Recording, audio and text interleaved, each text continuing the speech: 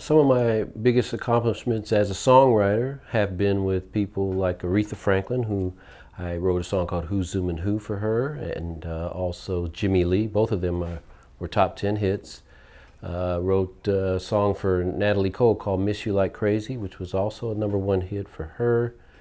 I had the fortune of producing and also writing for Kenny G's Duotones album. I produced that album back in 1985. It was his 4th album, but a lot of people think it's his 1st album because that was the one that exploded.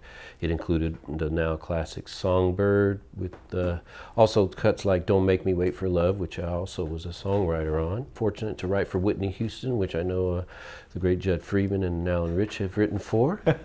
Lionel Richie, Earth, Wind and Fire, and many, many others. Well, I started writing songs when I was 6 years old. I was born on an Army base, Fort Ord, California, near Monterey. And because we traveled around living in different areas while my dad was stationed in the Army, my journey was always to get accustomed to the new culture, to the new area, met different friends, listened to the new radio station in that area, and it always varied. One area might be more soul, one area might be more country, one area might be more pop. So I took all that in, and then when I started writing songs, I was 6 years old, and the train never stopped. I've been writing ever since. I used to write on guitar, then I switched over to keyboards, and I say it at age 12, my family started sending out some of my, I guess you would call them demos. I would just be playing guitar and singing into a tape recorder. And after some of my demos were more refined, and I had a 4-track cassette player recorder at that time, and I started getting some positive responses from some publishers. So I knew that this is what I wanted to do, specifically music, but songwriting to be the focus. As I used to look at the old 45s and the 33s, the albums, and look at the writers on the credits, and that's who I wanted to be, is not necessarily the artist, but the songwriter. I never considered myself a great singer, or always been naturally a little shy, so I always felt behind the scenes would be the spot for me, but also because I noticed a lot of my favorite songs had the same names in those parentheses, which of course are the songwriters. Like maybe the artist might have been Aretha Franklin, but look at the writer, it's Carole King. And then I also saw Carole King wrote for this artist, and I'm like, wow, I like all that person's songs. Or if it's Gamble and Huff, or Holland Dozier Holland, or Judd Friedman and Alan Richard, you know, any of these writers. So I said, those are the things that I want to try and write, those kind of songs.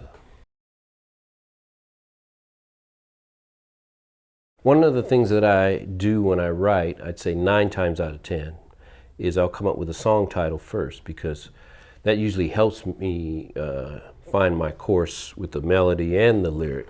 So what happened was I was working with a producer, Narda Michael Walden, and he was getting ready to produce an artist named Sheena Easton. And Sheena was known originally when she first came out for doing very poppy, innocent kind of songs like Morning Train. And so her following at the beginning of her career, I guess, was a more older, straight-laced kind of audience. Then she started getting, quote unquote, nastier and nastier, or you know, more edgy, so to speak, in her lyrics. While she was getting a lot of new fans, she was kind of alienating some of her early fans.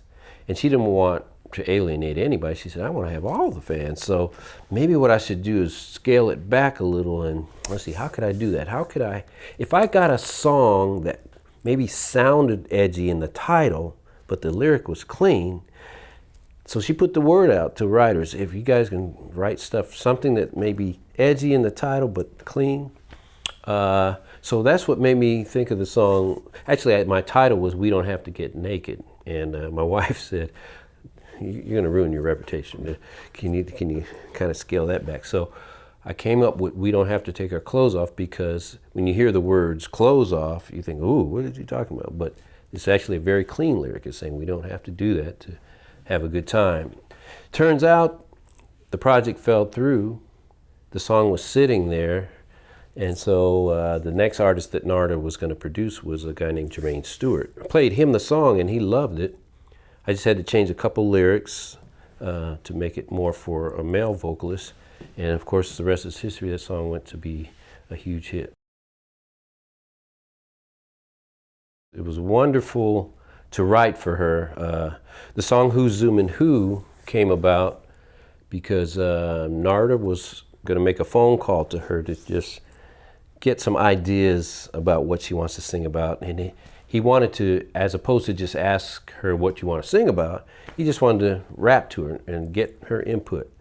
And he told me one thing. He said, Preston, I want you to be on speakerphone. I don't want you to really say anything, but I want you to take notes of this conversation, because the way Aretha Franklin talks, she's so animated and clever and creative, you'll come up with some titles by what she says. You watch.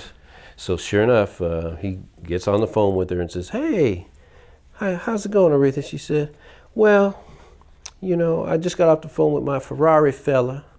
I think I'm going to kick him to the curb, because, so I wrote down Ferrari fella, kicked to the curb. And then she kept going. And Narda said, so how's your love life? I mean, you're saying that, you know, maybe you're single and free and what? She goes, well, you know, I might go to a club and I'm Ree, talking about Aretha, and I forget I'm Ree, you know, because I sit there, I may be scoping somebody, so I wrote down scoping. And, you know, I forget I'm Ree, and it's like, who's zooming who? I said, oh, yeah. So I wrote down who's zooming who. and Narda was right. Her speech was very, very creative. So we went back and wrote three songs based on that conversation. One of them, Who's Zooming Who, which we gave her writer's credit on because we would have never thought of that. She forgot she said that. When we turned in the songs to Clive Davis and to her, and we told her that she helped us come up with this idea. She said, I did? I don't remember writing this. She said, no, you were just talking. But we gave her, you know, a percentage of the writing, and that was also a top 10 hit there. In recent years, doing some CDs or albums that I'm the artist or the presenter of the music show, so to speak. I've done, let's see, 6 of those, and I just released a very interesting album where I guess you would call it I'm the presenter of the project. It's called Preston Glass Presents Dynamic Duets, Volume 1. And it features not only myself as an artist, but 19 other recording artists. So there's 10 songs, all duets, some with name artists such as George Benson and Lil Anthony, Evelyn Champagne King, Phil Perry, and people of that nature, but and Frida Payne, by the way. But there's some new artists that I want to pass the torch on to. Some of them are singing with the legends, some are singing with other new artists. So I'm excited about this project because not too many people have been doing duet-themed projects. There's 8 new songs and 2 covers. I was speaking with someone yesterday from a radio station who was very surprised at how well these young kids redid a Marvin Gaye, Tammy Terrell project. It's hard to outshine a Marvin or a Tammy, but Brandon Watts and Ayanna Lee.